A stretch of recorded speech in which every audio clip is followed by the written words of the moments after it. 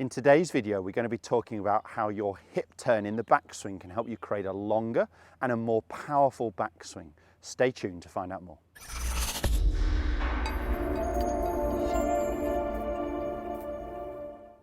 Welcome back to the TruGolf Academy. You've joined me, Jon Watts, today at Branston Golf and Country Club.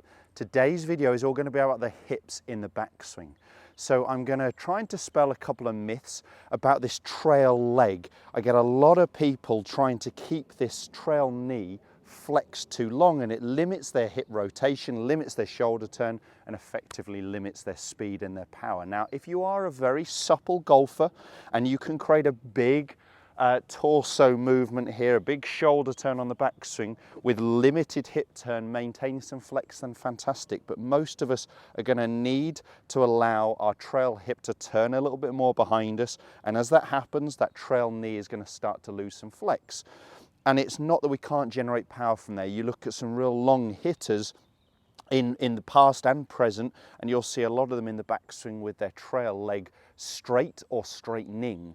And yet they're still powerful players. So it is not that we have to keep this flexed to create some power. There is something called X factor stretch, which is really the difference between upper body and lower body. And if we can turn our upper body a big amount while resisting with our lower body, that can be a power source. But for a lot of golfers, it means they just underturn their shoulders, they end up with a shorter backswing, and they're actually losing speed and losing power. So I'm going to share with you a really simple drill if this is something that affects you. And this is relevant with any golf club. I'm going to be demonstrating with a driver, but it's relevant whether they're talking about the irons, it doesn't matter. So how much hip turn you need does depend on flexibility, so I can't give you an exact amount here. But what we're trying to create in the backswing is a good sort of 90 degrees of shoulder turn. So if I just put a cane on the ground here, okay, at right angles to my target line being represented by this torque stick, we're trying to get our shoulders to marry up with that line would be 90 degrees. Now, if we can create a little bit more than that, even better still. But for most of us to create 90 degrees of shoulder turn, we are going to allow these hips to turn maybe 40 odd. As I said, I can't give you an exact amount because it depends on the golfer. So what you could quite simply do as a training drill here is actually set a torque stick on the ground at around 45 degrees, let's say 45 degrees.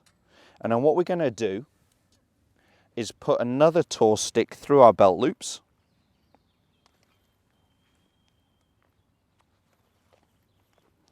And it's just a very visual thing, this. So what I'm trying to do here, actually I need to start this a little bit more in the middle of my feet. So with this other torque stick, so that's my target line here.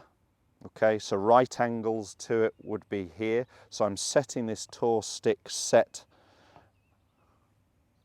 around 45 degrees. And what I'm trying to do on the backswing is marry, maybe that's a little bit more than that actually, maybe closer to here.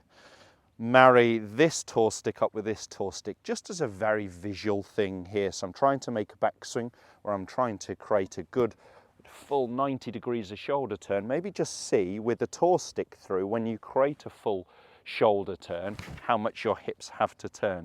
So I would say around there, and that's not too far off marrying up with this torque stick on the ground. Around here, so that could be a really good setup position for me where I can now make some golf swings, making a full shoulder turn, allowing my hips to also turn. Now you will see as my hips turn, this trail leg is actually losing flex, and that is absolutely fine for me to be able to create a big full movement in the backswing.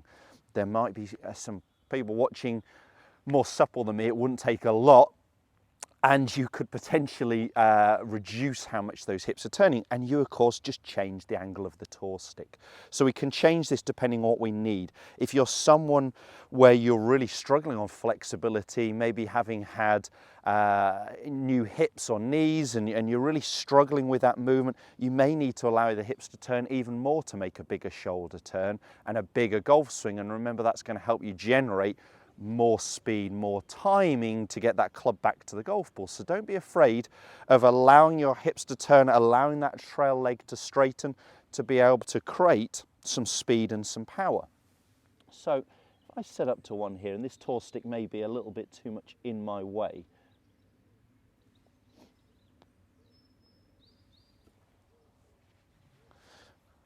but it's a very good visual aid, even if it was just with practice swings, coiling movements with the club across my shoulders and the cane across my hips. So if I set up to this golf ball, and what I'm trying to rehearse in the backswing here is marrying up the two tour sticks, so I'm allowing my hips to rotate to make a big full shoulder turn, and I really feel like I'm winding up on the backswing here. You can see if I restrict with my hips how little shoulder turn I could make.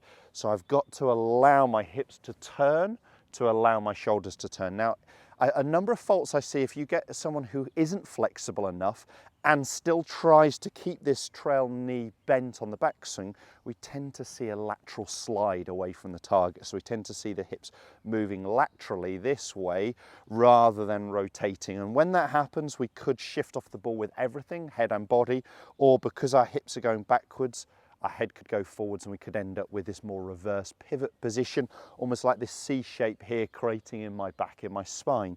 So it's really important to allow this trail hip, my right hip, to be turning behind me, and that means I'm making a relatively centered turn rather than a big lateral movement off the golf ball. Now, I'll just see, I'm not sure if I can.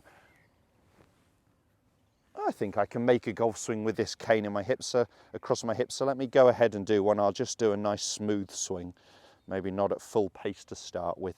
Just trying to get that visual of the two canes marrying up on the backswing.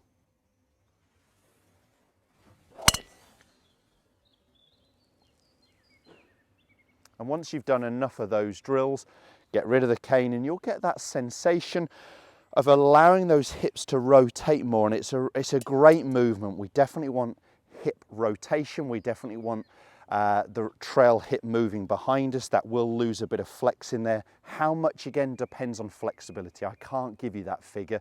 It is individual to you, but I would start with potentially the club across your shoulders, making a big full 90-degree shoulder turn and seeing how much hip turn you have to allow to get that full shoulder turn. That will tell you the number to I'll put my tongue back in, set that tour stick on the ground to try and marry those two up together. If that video has helped, please make sure you hit the thumbs up and do subscribe to my channel for all the other content every Tuesday and Thursday, as well as some Saturday specials. Cheers guys, we'll see you soon.